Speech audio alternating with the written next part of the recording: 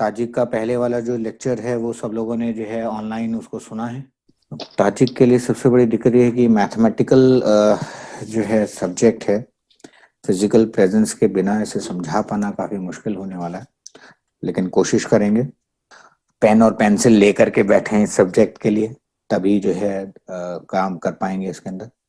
चलिए, तो ताजिक का जो है आज कैलकुलेटिव का पार्ट है, उसको स्टार्ट करते हैं।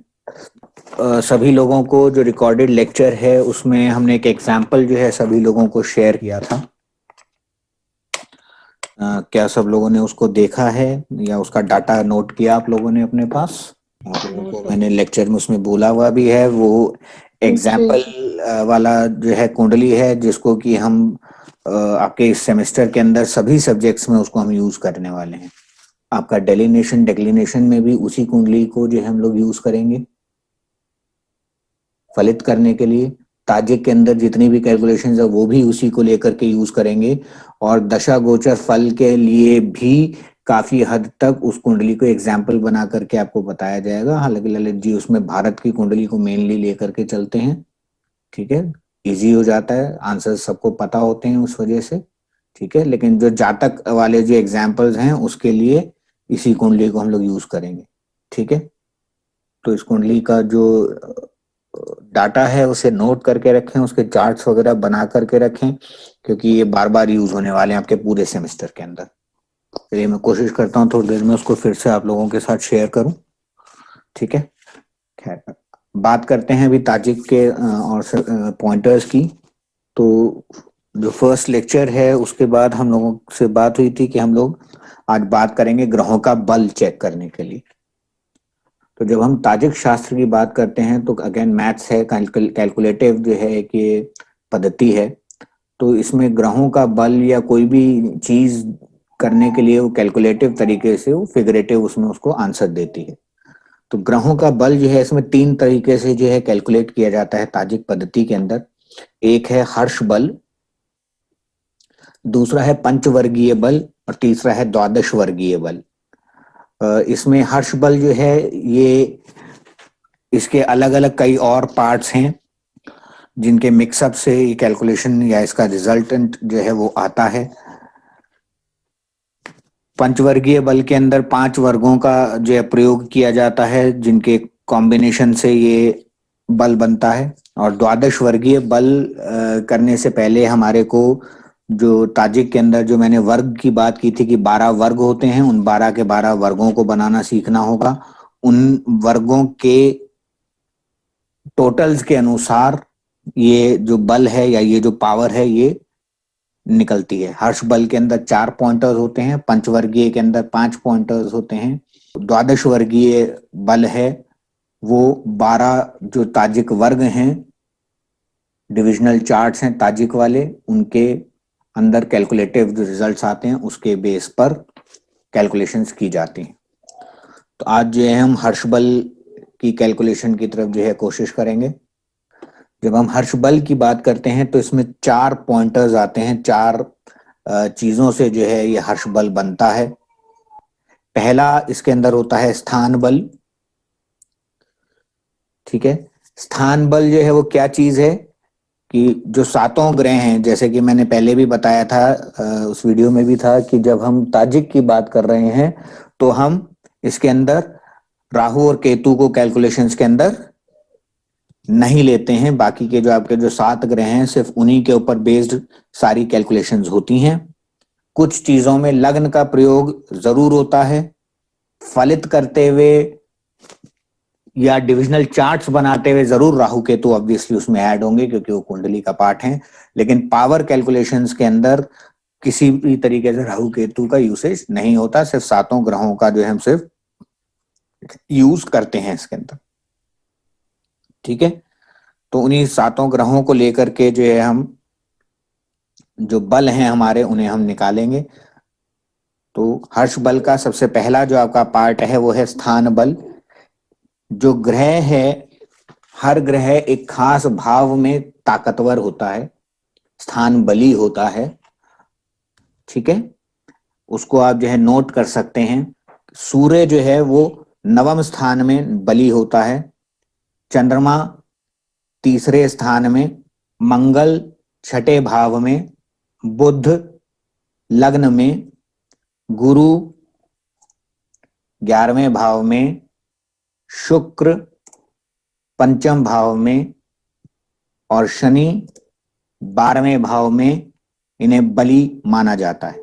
तो अगर जिस भी कुंडली के लिए आप स्थान बल की कैलकुलेशन कर रहे हैं, अगर उस कुंडली के अंदर ये ग्रह इस स्थान में हैं तो वो बली हैं, और अगर वो इस स्थान में नहीं है तो वो उसका कोई बल नहीं माना जाता। इसमें उसको 5 अंक या 5 बल अंक मिलते हैं। ठीक है, तो अगर हम ये चार्ट देखें, सबके स्क्रीन के ऊपर चार्ट आ गया होगा वापस, इस चार्ट के अंदर हम अगर देखें, अब आप अपनी कॉपी पर एक टेबल बना लीजिए, एक चार्ट बना लीजिए, और उसमें जो है इन ग्रहों को नंबर देना शुरू करिए। 31 मई 2020 शाम को 5:45 पर 39th वर्ष की ये कुंडली है, 38 ईयर कंप्लीटेड, तुला लग्न की ये कुंडली है। इसमें अगर आप देखें तो सूर्य जो है वो 8वें भाव में बैठा है, अष्टम भाव में बैठा हुआ है, जबकि उसे बली कहां पर माना गया है? नवम भाव में उसको बली माना गया। तो चूंकि वो नवम में नहीं है तो स्थान बल के नाम पे सूर्य का कितना बल है? 0। ठीक है, चंद्रमा जो है वो तीसरे में होना चाहिए था, तो अगर आप इसमें देखें तो तीसरे भाव में नहीं है, तो चंद्रमा को मिले 0। मंगल 6th में होना चाहिए था, यहाँ पे 5th में है, 0 नंबर। बुध को इसमें तो कोई भी नहीं है फिर? नहीं है तो 0 नंबर है, यानी इस वर्ष के लिए स्थान बल जो है वो सभी ग्रहों का 0 हो गया जी। ठीक है, तो स्थान बल के अनुसार उन ग्रहों की इस साल के लिए ताकत 0 हो गई, अगर कोई भी नहीं है तो। ठीक है, बुध लग्न में होना चाहिए था, नहीं है, 0। बृहस्पति 11वें में नहीं है, 0। शुक्र पंचम में नहीं है, 0। शनि द्वादश में नहीं है, 0। सातों ग्रहों की पावर 0। हर्ष बल का सेकंड पॉइंटर होता है उच्च बल, या उसे कई बार स्वक्षेत्रीय बल भी बोल देते हैं। जैसा कि इसका नाम है, तो ये ग्रह के उच्च नीच या उसके स्वक्षेत्रीय होने के कारण ये नाम है। तो यानी कि अगर कोई ग्रह उच्च बल यानी कि अपने उच्च स्थान में है तो उसको 5 नंबर मिल जाएंगे, अगर वो उच्च स्थान में है अपने या स्वक्षेत्रीय में है तो। सूर्य जो है वो कहां पर उच्च का होता है? मेष में। मेष में। चंद्रमा वृष में। ठीक है, मंगल कहां पर होता है? मकर में। मकर में। बुध कहां पर होता है? कन्या में। बिल्कुल कन्या में। गुरु कर्क में। शुक्र मीन में, और शनि तुला में। तो ये इनका कौन सा है? उच्च वाला स्थान हो गया। ठीक है, और उसके अलावा स्वक्षेत्रीय की अगर बात करें तो सूर्य के लिए सिंह स्वक्षेत्रीय हो गया, चंद्रमा के लिए कर्क हो गया, मंगल के लिए 8 वृश्चिक 1 और 8, बुध के लिए मिथुन और कन्या, गुरु के लिए 9-12, धनु और मीन 9-12, शुक्र के लिए 7, 2-7 यानी वृष और तुला। ठीक है, और शनि के लिए 10 और 11 मकर और कुंभ। ठीक है, ये इनके स्वक्षेत्रीय हो गए। तो वापस जो है उस कुंडली को देखें, उसकी जो वर्ष कुंडली है 38th ईयर कंप्लीटेड वाली, इसको देखें। अब देखें, इसमें सूर्य से शुरू करें। सूर्य जो है वो कहां पर है? वृष राशि में बैठा हुआ है, अष्टम भाव में। तो ना तो ये उच्च में है ना स्वक्षेत्रीय है, तो कितने नंबर? 0। चंद्रमा देखें कहाँ है? कन्या में बैठा है, द्वादश भाव में। तो कन्या राशि न क्षेत्रीय न उच्च, 0। ठीक है, मंगल को देखें, मंगल कहां पर है?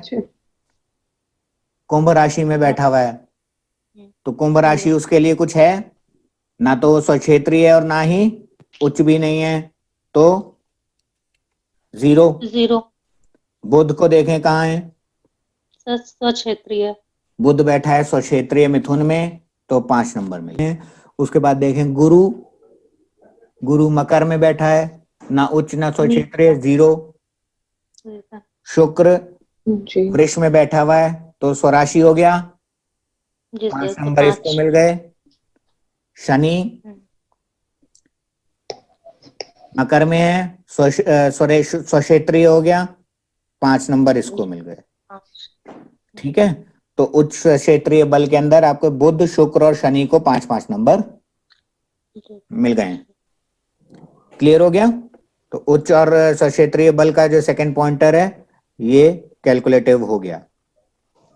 ठीक है, तीसरा है आपका स्त्री पुरुष बल। तो जैसा कि नाम से विदित है, स्त्री पुरुष यानी कि जो पुरुष ग्रह हैं या जो स्त्री ग्रह हैं उनके बेस पर इसकी गिनती हमें मिलनी है। पुरुष ग्रह कौन कौन से हैं?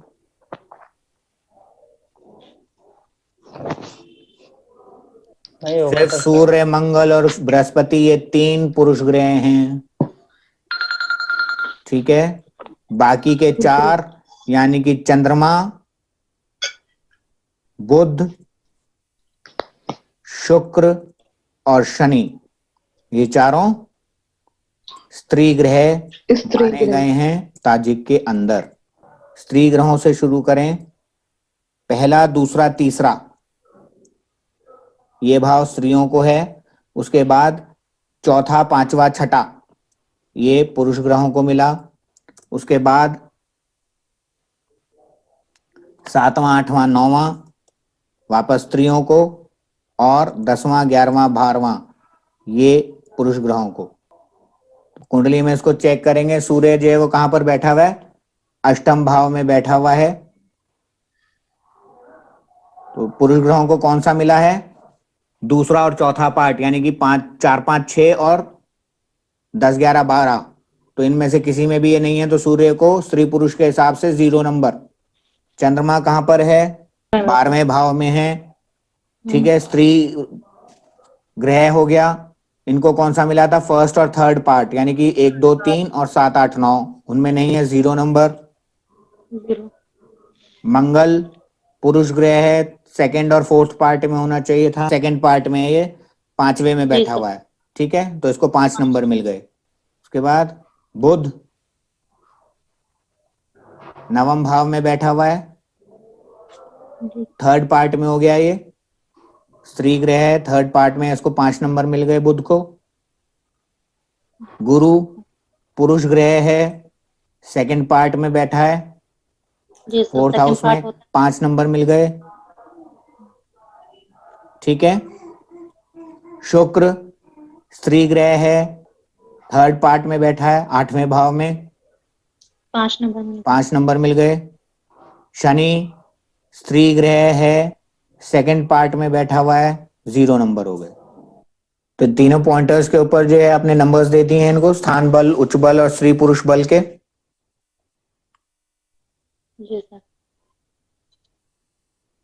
ठीक है, अब हर्ष बल का जो चौथा पार्ट है, पॉइंटर है, उसके बारे में बात करेंगे। वो है दिवारात्रि, दिन और रात के हिसाब से। कुछ ग्रहों को दिन में बलि माना जाता है, कुछ ग्रहों को रात्रि में बलि माना जाता है। इसके भी अगेन 5 ही नंबर हैं। तो जितने भी पुरुष ग्रह हैं उन सभी को दिन में बलि माना जाता है, और जितने भी आपके स्त्री ग्रह हैं वो रात्रि बलि माने जाते हैं। तो जो आपके पुरुष ग्रह हैं सूर्य मंगल गुरु, वो दिन बलि, और जितने आपके स्त्री ग्रह हैं चारों, चंद्र बुध शुक्र शनि, वो रात्रि बलि। अब ये दिन और रात कैसे देखेंगे कि जो वर्ष प्रवेश का जो समय है, अगर वो दिन का था तो पुरुष ग्रहों को 5 नंबर, स्त्री ग्रहों को 0। अगर वर्ष प्रवेश का जो टाइम था अगर वो रात्रि का था तो स्त्री ग्रहों को 5 नंबर और पुरुष ग्रहों को 0।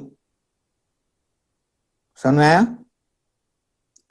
तो हमारी यहाँ पर जो वर्ष प्रवेश की जो हमने कुंडली जो देखी थी वो हमारी कौन से उसमें क्या टाइमिंग बना था उसका?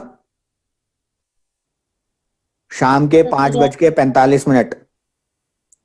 जी मई का महीना 31 मई के महीने में शाम के 5:45 दिन होता है, सूर्यास्त नहीं हुआ दिन होता। होता है। तो जी दिन का समय है, तो दिन के समय में कौन बली होते हैं? पुरुष ग्रह। पुरुष ग्रह, तो सूर्य चंद्र। बिल्कुल, तो ये जो चौथा हमारा जो इसमें हम पॉइंटर यहाँ पे हम लगाएंगे दिवा रात्रि बल।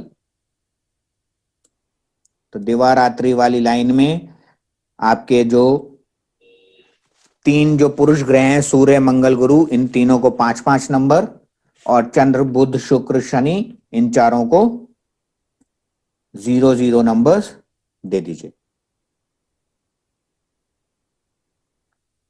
दे दिए। अब इसका आप टोटल कर लीजिए, इसका योग निकाल लीजिए। सूर्य के चारों नंबर्स का योग कर लीजिए, ऐसे ही चंद्रमा मंगल बुध गुरु शुक्र शनि सबका आप टोटल निकाल सकते हो। तो इसमें मैक्सिमम कितने नंबर्स हो सकते हैं? मैक्सिमम 20 नंबर मिल सकते हैं और मिनिमम 0 हो सकता है। ठीक है, तो जिस ग्रह के 20 नंबर हैं वो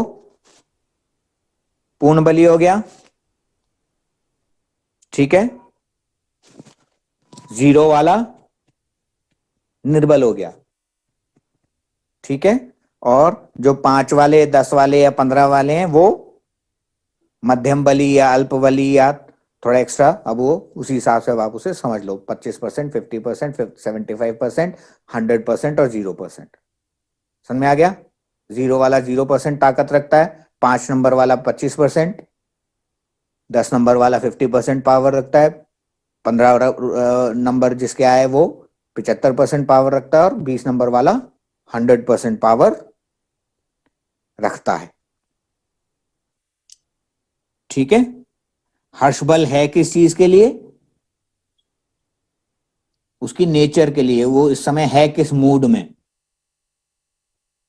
ठीक है, किस मुद्रा में है वो। बिल्कुल, अगर हम एग्जाम्पल की बात कर रहे थे 31 मई 2020 में ये कुंडली शुरू हुई थी, ये वर्ष शुरू हुआ था इनका, और जी 2021 तक ये चलेगा, यानी कि करंटली इनका जो ईयर चल रहा है हमने उसकी बात की है इसके एग्जाम्पल के लिए।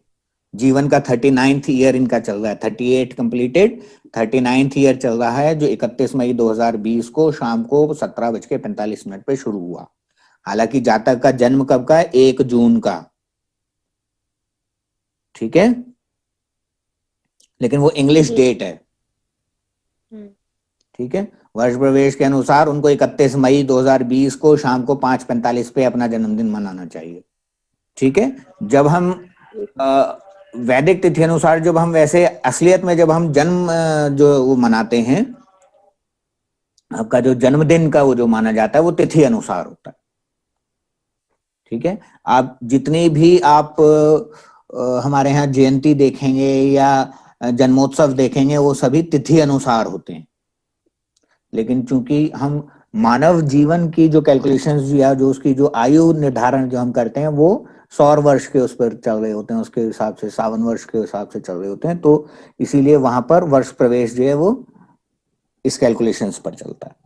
ठीक है, तो उसके हिसाब से भी 31 मई का जो है वो इनका वर्ष प्रवेश है, 1 जून का नहीं है इस वर्ष 2020 वाले वर्ष में। ठीक है, स्क्रीन के ऊपर आपको और दूसरे वर्षों का आगे पीछे का भी दिख रहा होगा, उसमें सब में वो 1 जून ही चल रहा है, लेकिन 2020 में 31 मई हो गया वो। ठीक है, और 2024 में भी फिर 31 मई हो जाएगा। ठीक है,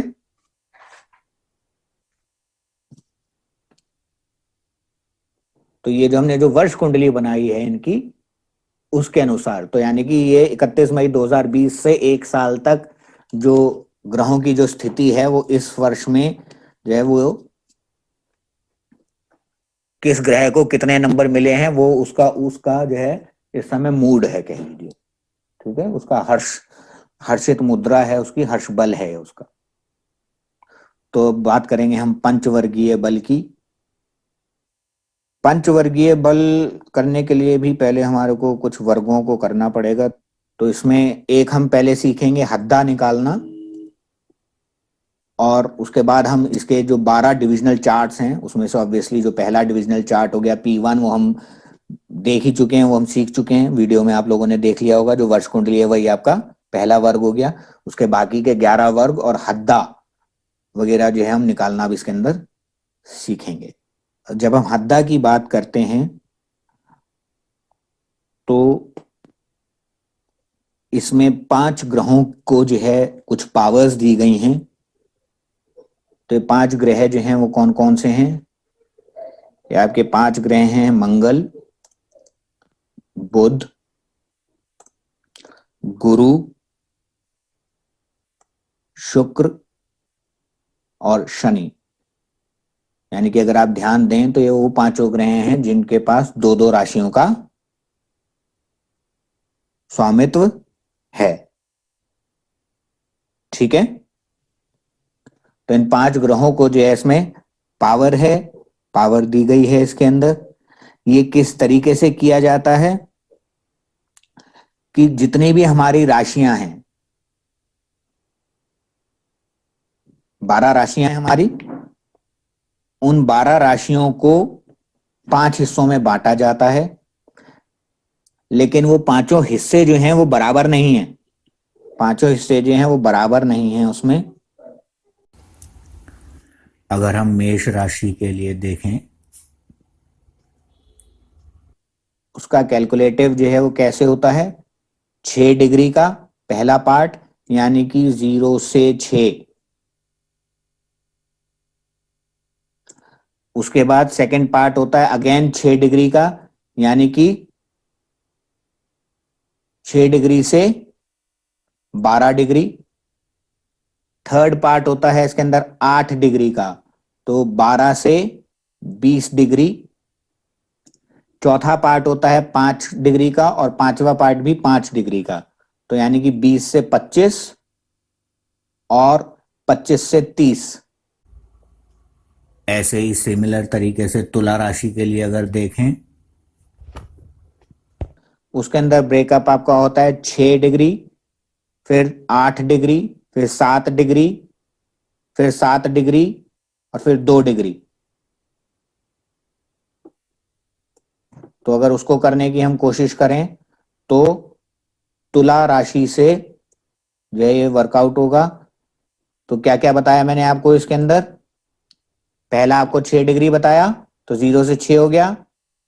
उसके बाद 8 डिग्री यानी कि 6 से 14, फिर 7 डिग्री यानी कि 14 से 21, फिर से 7 डिग्री बताया तो 21 से 28, और लास्ट वाला 2 डिग्री का यानी कि 28 से 30। तो ये 5-5 हिस्सों में ये ब्रेकअप होता है इनका।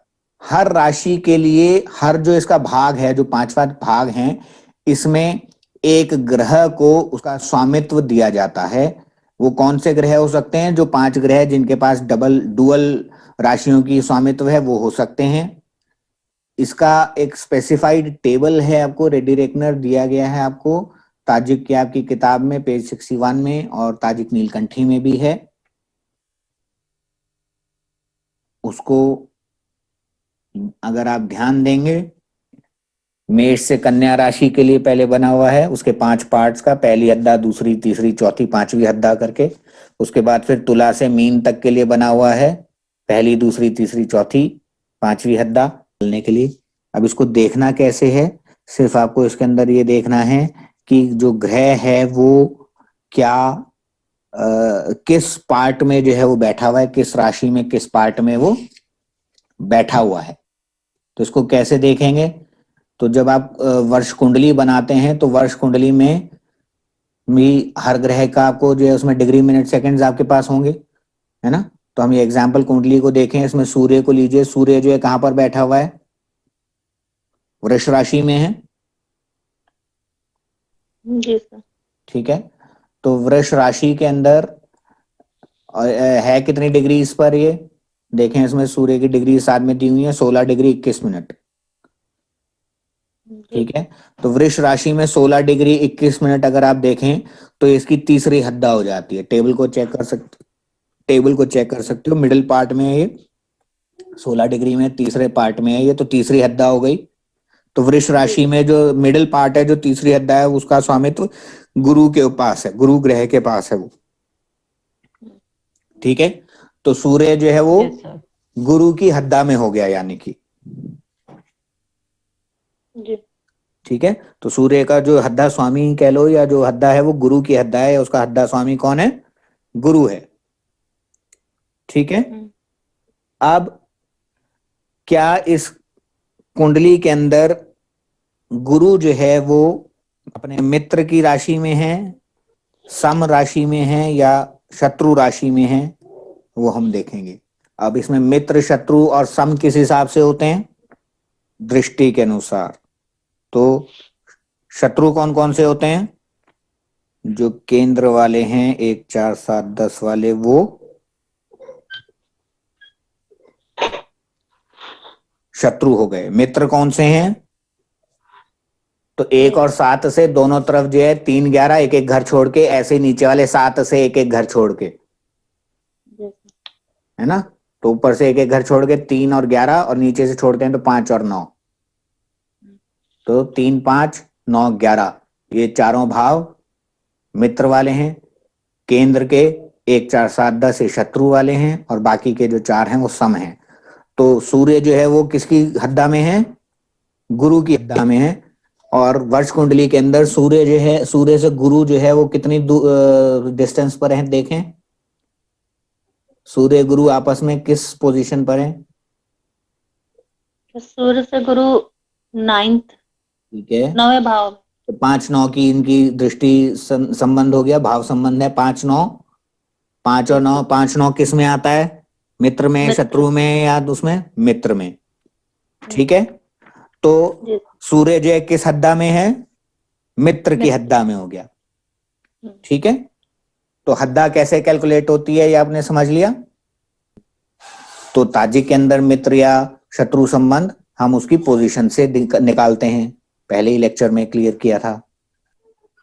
100% नंबर स्वयं हद्दा होने पर 75% नंबर अगर वो अपनी मित्र की हद्दा में है, तो चूंकि उसमें मैक्सिमम नंबर कितने मिलने होते हैं? 15। ठीक है, मिनिमम 0 हो गया, मैक्सिमम इसमें 15 नंबर मिलते हैं। तो 100% नंबर स्वयं हद्दा होने पर, मित्र हद्दा होने पे 75%, यानी कि 11.25। ठीक है, 50% नंबर मिलेंगे अगर वो सम हद्दा में है, 7.5, 7.5। ठीक है, अगर आप इनको नंबर्स में, पॉइंट्स में दे रहे हैं तो इस तरीके से देंगे, और अगर आप उन्हें मिनट सेकंड वाले या उस फॉर्मेट पर दे रहे हो तो ये 15 नंबर हैं, इसमें आप देंगे 11 15, ये आपका हो जाएगा 7 30। ठीक है, अगर शत्रु हद्दा में है तो उसको मिलते हैं 25% नंबर, 3.75। तो अगर यहां पर आप उसकी बात कर रहे हो तो ये हो गया आपका 3.45। ठीक है, दोनों फॉर्मेट इसमें आपको दे दिए। तो ये हद्दा बल है। हद्दा बल की रिक्वायरमेंट पड़ेगी जब हम पंचवर्गीय बल का टोटल करने के लिए चलेंगे। तो पहले पंचवर्गीय बल की भी हम बात कर लेते हैं कि पंचवर्गीय बल के 5 पॉइंटर्स जो हैं वो हैं कौन कौन से, उनकी बात कर लेते हैं, ताकि आप कंफ्यूजन जो है दूर हो कि हम ये क्यों निकाल रहे हैं इनको। पंचवर्गीय बल की अगर आप बात करें तो पंचवर्गीय बल में जो 5 हिस्से हैं उसके, उसमें पहला हिस्सा आपका होता है स्थान बल का। क्षेत्र बल भी बोलते हैं उसको, और स्थान बल भी उसको बोलते हैं। लेकिन ये जो अभी जो हमने जो स्थान बल देखा था हर्ष वाला, उससे अलग है ये। ठीक है, वो क्या है उसको बाद में करेंगे, क्योंकि ये इजीली किए जा सकते हैं। जिनमें कैलकुलेटिव्स की जरूरत ज्यादा है उनको आपको पहले समझा रहा था मैं। ठीक है, तो स्थान बल है इसमें पहला वाला। दूसरा इसके अंदर होता है उच्च बल। तीसरा इसके अंदर होता है हद्दा बल। तो हद्दा बल कैसे निकलता है वो हमने अभी अभी देख लिया। चौथा इसके अंदर होता है द्रेशकाण बल। दृष्काण से कुछ याद आया? क्या होता है दृष्काण? सर राशियां का 10-10 डिग्री में 3 पार्ट किए जाते हैं सर। बिल्कुल, फर्स्ट पार्ट अपने से D3 है ना, जी डिविजनल सर। चार्ट 3 की जब हम बात करते थे, ठीक है ना। तो जी यहाँ पे ताजिक में भी जब, क्योंकि 12 चार्ट्स हैं आपको बताया था D1 से लेकर के D12 तक, तो उसमें D3 अपने आप आ ही जाएगा, तो D3 में जो बल होगा वो यहाँ पे हम कैलकुलेशन में लाएंगे, ठीक है। और सर इसका 5वां हिस्सा होता है नवांश बल। तो D9 जब हम इसके अंदर बनाएंगे ताजिक के हिसाब से, यानी कि वर्ष कुंडली का जब हम वर्ष D9 बनाएंगे, तो उसमें जो ग्रहों की जो हमें पावर्स दिखाई देंगी उसके हिसाब से हम यहाँ पे उसको नंबर देंगे। जब हम क्षेत्र बल या स्थान बल की जब हम बात करते हैं, तो इसमें 0 से लेकर के, हालांकि 0 इसमें जो है कभी मिलता नहीं है जब हम पंचवर्गीय की बात कर रहे होते हैं, इसमें 25% मिनिमम जो है वो मिल जाता है। तो इसमें मैक्सिमम जो है आपको 30 नंबर इसके अंदर मिलते हैं। जब हम उच्च बल की बात करते हैं तो वहां पे 20 नंबर होते हैं उसमें मैक्सिमम। हद्दा बल के अंदर अभी अभी हमने देखा था कितने नंबर होते हैं, 15 नंबर होते हैं, ठीक है। जी दृष्काण में 10 नंबर होते हैं और नवांश बल में 5 नंबर होते हैं। क्लियर हो गया? उसका टोटल अगर आप देखें तो कितना है इसका टोटल, 80। ये जो 80 है इसको ग्रह का विश्व बल कहा जाता है, कहीं कहीं इसको विंशोपक भी बोला गया है। और कम से कम कितना हो सकता है, मैंने कहा था कि कम से कम 25% जरूर जी मिलेगा, ठीक है। जैसे हद्दा बल में जो आपको जो फॉर्मेट बताया है ना, 100, 75, 50%, 25%, ये चारों पॉइंटर्स पूरे पंचवर्गीय बल के ऊपर कार्य करते हैं। तो या तो 25% मिलेगा, या 50%, या 75%, या 100%, ठीक है। स्थान क्षेत्र के बल में 30 को 100% मानेंगे, उच्च बल में 20 को 100% मानेंगे, हद्दा बल में 15 को 100% मानेंगे। इस तरीके से मिलता है। नवांश में 5 को 100% मान करके, तो यानी कि 20 नंबर कम से कम होंगे ही होंगे। 20 से 80 के बीच में इसको कुछ पावर्स सभी ग्रहों को इसमें मिलेंगी। वो जो भी नंबर उसको मिलेंगे उसका विश्व बल या विंशोप, किसी भी नाम से अलग अलग लोग उसे बुलाते हैं। स्थान बल और उच्च बल बड़े इजी हैं, उनको हम बाद में करेंगे। हद्दा बल कैसे निकलता है वो हमने देख लिया है। नेक्स्ट जो हमारी क्लास है उसके अंदर हम जो हमारा जो ग्रह बल है इसी को कंटिन्यू करेंगे। इसमें हम लोग क्या चीज निकालेंगे, इसके अंदर इनके द्वादश वर्ग बनाना सीखेंगे, क्योंकि इन द्वादश वर्गों में से 2 जो वर्ग हैं कौन कौन से, दृष्काण और नवांश, वो हमें पंचवर्गीय बल निकालने के लिए भी चाहिए, और 12 के 12 वर्ग हमारे को चाहिए इसका तीसरा बल, द्वादश वर्गीय बल निकालने के लिए। तो आज की क्लास में जो आप लोगों को बताया गया है, फिर से एक बार जल्दी जल्दी स्लाइड्स को रिपीट करता हूँ। 3 तरीके के आपके बल हैं, हर्ष बल, पंचवर्गीय बल, द्वादश वर्गीय बल। हर्ष बल 4 पॉइंटर्स से बना है, कौन कौन से हैं वो, स्थान बल, उच्च या स्वक्षेत्रीय बल, स्त्री पुरुष बल और दिवारात्रि बल, ठीक है। उसके बाद सेकंड बल पावर है आपका पंचवर्गीय बल, उसमें 5 पॉइंट्स हैं, स्थान क्षेत्र बल, उच्च बल, हद्दा बल, दृष्काण बल और नवांश बल। और तीसरा आपका होता है द्वादश वर्गीय बल, उसमें आपके 12 के 12 वर्ग इंक्लूड किए जाते हैं, ठीक है। इसमें हर्ष बल के चारों पॉइंटर्स हमने निकालने सीख लिए हैं। पंचवर्गीय के लिए उच्च और स्थान क्षेत्रीय समझ गए होंगे, जो जैसे हमने हर्ष बल में निकाले हैं वैसे ही आप इसमें देख सकते हैं, ठीक है। फर्क थोड़ा सा सिर्फ यहां पर इतना हो जाता है कि जब हमने हर्ष बल में उच्च की बात की थी तो वहां पे उच्च या स्वक्षेत्रीय होने पे 0 या मैक्सिमम नंबर मिले थे।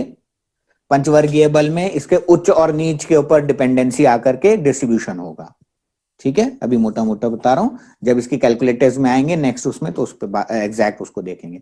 और यहां पर जो स्थान या क्षेत्रीय बल है, हर्ष बल में हमने क्या देखा था कि अब अगर वो अपने बली भाव में बैठे हुए हैं तो उनको मैक्सिमम या 0 नंबर है।